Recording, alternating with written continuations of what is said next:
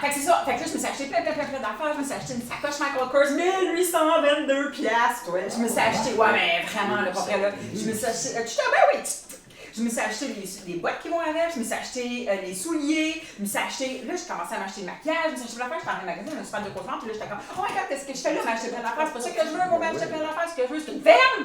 Fait que là, je suis partie de là. Non, pour vrai, super projet. Écoute, ben, j'ai vraiment un projet, là, ça va être exponentiel. Je suis partie, je suis allée m'acheter une vache, 3 moutons, 2 cochons, 4 poules, je me suis acheté un lama. Je me suis acheté un lama, je me suis acheté un cheval, mais là, il y a rien qu'un problème, par exemple, c'est que là, moi, je suis en appartement, j'ai pas encore trouvé ma petite fermette, fait que là, j'aurais comme besoin d'aide pour que, vous autres, ou elle, ou quelqu'un, mais j'ai besoin de quelqu'un pour acheter, pas acheter, mais oui, un peu, mais j'ai besoin d'aide, là. Bon, j'ai besoin d'aide parce que là, j'aurais besoin de pouvoir mettre mes animaux en quelque part. Parce que je peux pas tout prendre. Tu peux prendre mon lama? Parce que j'ai aussi besoin d'argent. Ah, ben, moi, j'ai investi avec toi. T'as investi avec moi? Ah, c'est sa coche parce que là, j'ai tout tapé mes cartes parce que j'ai acheté des animaux. Fait combien tu prends? Peux-tu me prêter ton nom pour acheter ma ferme? Ben oui. Oh my god! Oui, j'ai un super bon crédit. Ok, ben là, faut vraiment que j'aille faire pipi, là. Je vais aller faire pipi, mais quand j'en viens, tu me fais un chèque? Oui, je te fais un Oh, chèque. ça! J'en reviens là, hein? J'en reviens tout de suite, là. Est-ce que tu te souviens de son dernier projet? Non. Un mois? Ben oui, elle a tout perdu. Ben, elle a tout perdu son argent, là. Elle est sur le bord de la faillite. T'es sûr que tu vas embarquer là-dedans? C'est-tu vraiment réaliste? Puis des animaux là, qu'elle a achetés, il faut qu'elle ait une c'est de l'entretien. Franchement, c'est bien. C'est vrai que je suis en appartement aussi. Puis ces derniers projets, ils n'ont pas vraiment fonctionné non plus. C'est un gros risque.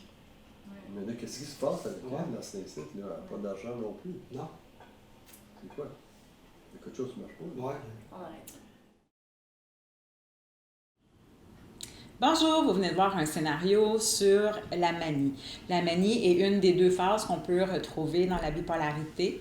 Si vous avez besoin de plus d'informations sur la bipolarité, on vous invite à visualiser nos premières capsules explicatives.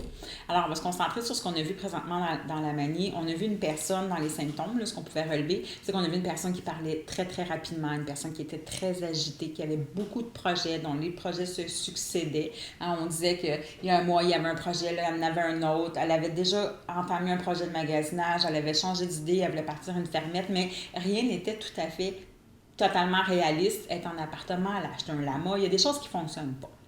On a vu aussi que la personne se croit dans ses réalités, puis que la personne elle a une énergie débordante.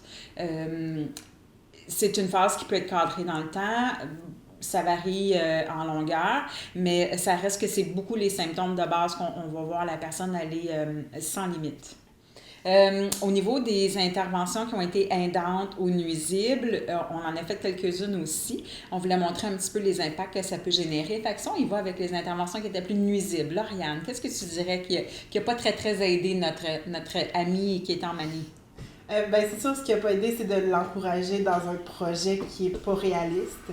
De décider d'amener des animaux dans mon propre appartement pour aider son projet, de lui prêter de l'argent, de mettre mon nom aussi sur la maison, alors que les projets précédents n'ont pas fonctionné. Puis justement, tout ce que ça va amener, c'est que je vais perdre mes sous.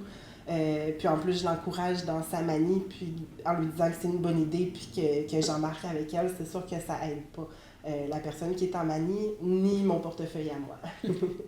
Effectivement. Contrairement à elle, qu'est-ce qui a été aidant? Parce qu'il aurait été ce qui l'a été. Mais dans un premier temps, il faut savoir une personne, quand on est en manie, c'est pas nécessairement le moment d'essayer de rationaliser la personne non plus dans sa prise de décision. Donc, c'est beaucoup plus une intervention qui est faite autour de la famille. Donc, l'intervention que j'ai faite, c'était plutôt auprès de Lauriane. De faire attention à ses sous, de réfléchir au projet du passé. Est-ce que c'est réaliste? Est-ce que c'est plausible comme projet? Puis est-ce qu'elle veut réellement embarquer et dépenser des sous avec quelqu'un qui est sur le bord de faire une faillite finalement? C'est un peu ce qu'on se disait, hein, il faut préconiser l'idée qu'on essaie que tout le monde soit arrimé dans le même sens, que tout le monde porte le même message, puis qu'il y a des limites là, pour que la personne ne puisse pas s'enfoncer davantage. Et c'est pas évident de faire des interventions avec une personne qui est en manie parce qu'elle a beaucoup de projets, parce qu'elle a l'impression que ces projets, c'est des bons projets à faire actuellement. Donc, pour amener une personne à consulter ou aller chercher des services quand elle est en manie, c'est un petit peu complexe. Ce qu'on peut essayer de faire, c'est plutôt quand la personne va arriver dans la phase dépressive ou dans la phase normale, de parler des faits, des choses qui sont arrivées pendant la manie pour essayer d'encourager la personne à aller consulter à ce moment-là. On peut aussi essayer de consulter la banque de la personne avec l'autorisation de la personne, donc avec la présence de la personne qui souffre du trouble bipolaire, pour essayer de mettre des choses en place pour la protéger lorsque la manie va réapparaître. Tout à fait. Puis toi, Gabrielle, comment tu t'es sentie face à nos interventions aidantes et nuisibles? Moi, j'étais juste contente qu'il y ait quelqu'un qui embarque dans mon projet et quand les autres personnes essayaient de me ramener, non merci, je veux pas l'entendre. Alors, on voit que la personne, elle n'est pas réceptive. Ce qui a été intéressant aussi, tu me fais penser, ce qui a été intéressant aussi, c'est qu'il y a une personne à la fin qui a nommé, mais voyons qu'est-ce qu'elle a, c'est ainsi.